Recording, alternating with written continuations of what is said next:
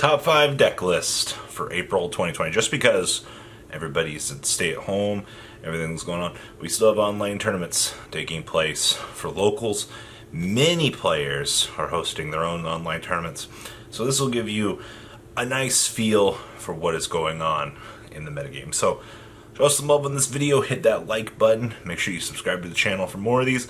And next week, if you guys want, we will cover the 1.5 tier 2 categories, because I assure you there's a lot. Now let's dig on into this, shall we?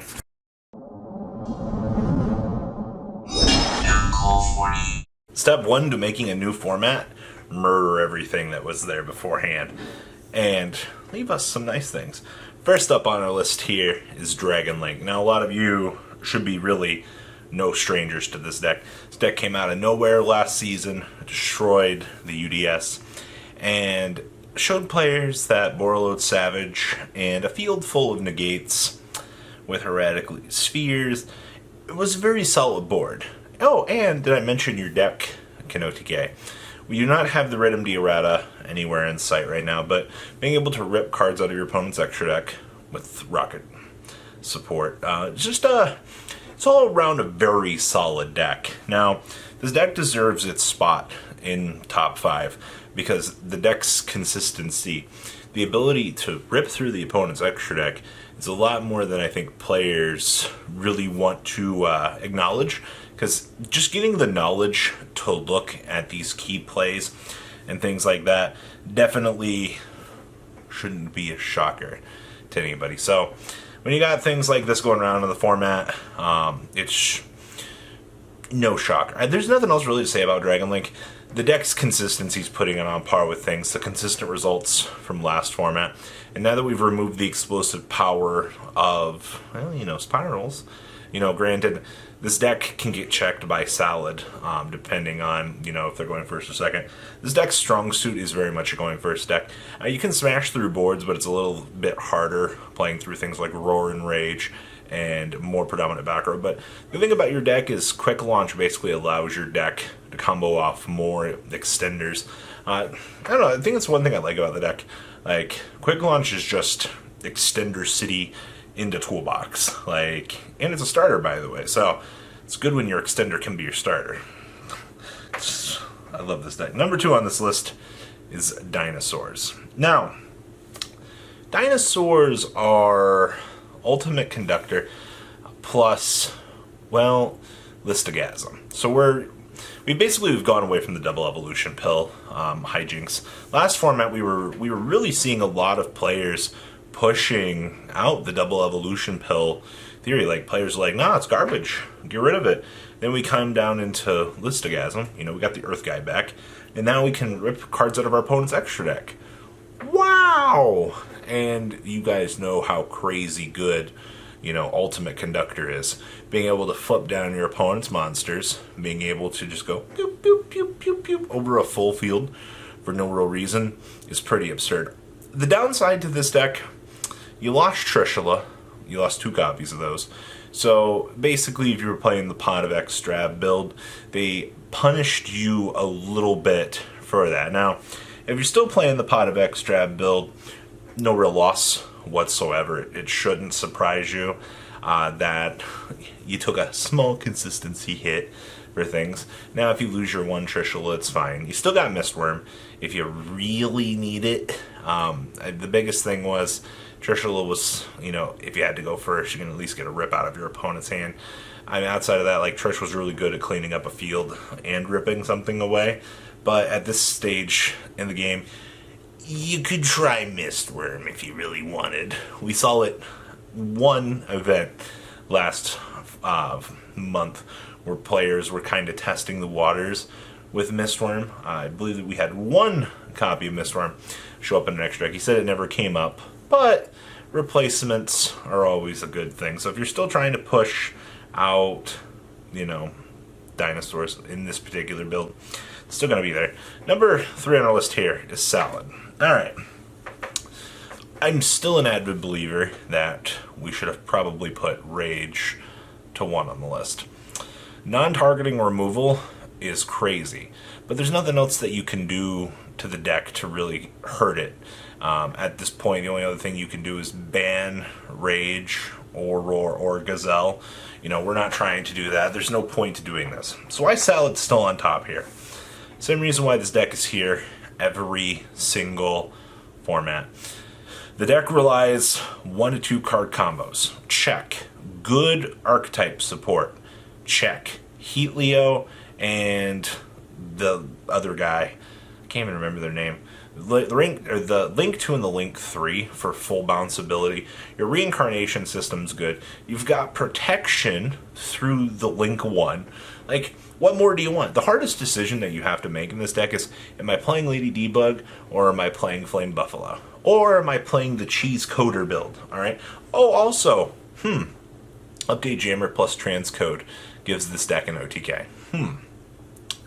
Like, we really needed to have that built into it. So, this deck is basically, the more that this deck is evolving at this point, we're starting to see more of the Code Talker support from, the Code Talker deck itself, finding its way into this deck. Good example of the Update Jammer and Transcode OTKs. Being Cyberse is a pretty good thing. Also, your trap cards, non-targeting removal and counter trap card that you can just keep reusing every single turn. Good consistency, good control. All things that we need in this format. So, Salad definitely should not be not on this list. It definitely deserves it as a top contender for this format. Now, number 4 on our list here is Shaddoll variants. Now, you're like, Shaddoll variants? Wait, there's more than one, Robbie? Shaddoll Invoked, Shaddoll Mech Knight, every other tier 2 deck with Shaddoll. I've actually seen the Shaddoll engine. There were some really, really interesting rogue decks where they would just splash in the 3 Shaddoll fusion, 1 dragon, and the one, the one dragon and the one that draws. And the bounce one. I never remember their names either, but we got like 5 card engines out here with this just being splashed into the deck. Wind is still a very good card. Okay, so we've lost a couple instant fusions for this list. That's fine, alright? We only really got to abuse that in Orcust. And, Orcust are currently in a corner crying somewhere until next set, literally May. So bad news at this point in time.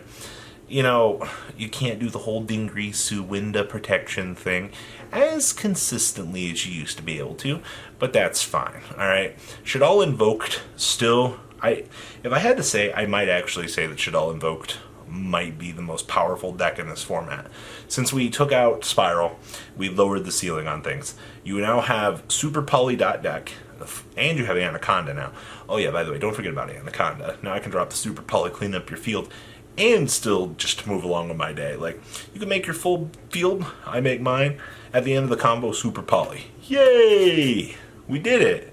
Alright, even more pressure for this deck. I'm personally not really looking forward to seeing what is to come here in the future from this deck, but this is definitely looking, between this and Salad, are going to be tightening over top 2 and 1 spots in the format. Now, I'm going to give honorable mentions here, alright? And we'll cover more of this next week, because there is no definitive 5th deck, alright?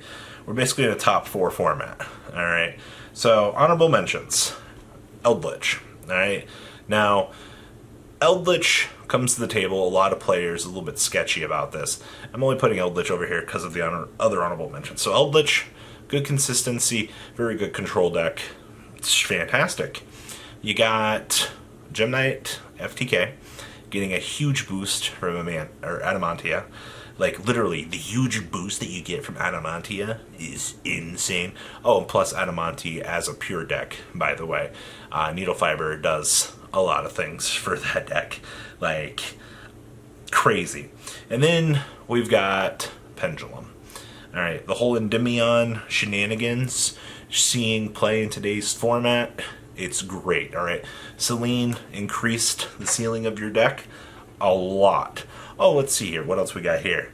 We've got Geist and Guru. Now, I thought about putting Geist and Guru on the 5th spot. I do consistently say that Geist is a little bit better than Guru, but these 2 decks are going to be fighting with each other for potential for the rogue spot in the format. Like, Solid's definitely the control deck this format. But in terms of your power ceiling this format, you're literally, you got the big four duking it out up here, and then you kind of start subbing down on into the more roguish categories. And there's a lot of rogue this format. Do not think that there isn't. You know, we have Mech Knight on the horizon here in May, right around the corner. It's not to say that we won't see something now, because players are messing around with things. Mech Knight Pure get a big build, or a big boost here on the next set as well. And then you got all these crazy OTKs with Needle Fiber going around right now. So, Needle Fiber does do a lot. There's a lot of cool things out there. But don't be surprised if, you know, the 5th spot is taken by some really weird cool deck. We got a lot of honorable mentions there. I guess we'll go into later next week. So what do you guys think? Please leave a comment down below what you guys think. And well, guys, I'm out. The ride never truly ends. Thank you, patrons, for helping support the channel. Without you guys, I don't know if I'd still be doing this. And for those of you that like Cardfight Vanguard, FanCool40 is here for all your content needs. And those of you asking if I sell cards, mcoolgames.com for all your trading card game needs. Check the description for more interesting info. Thanks for watching, guys.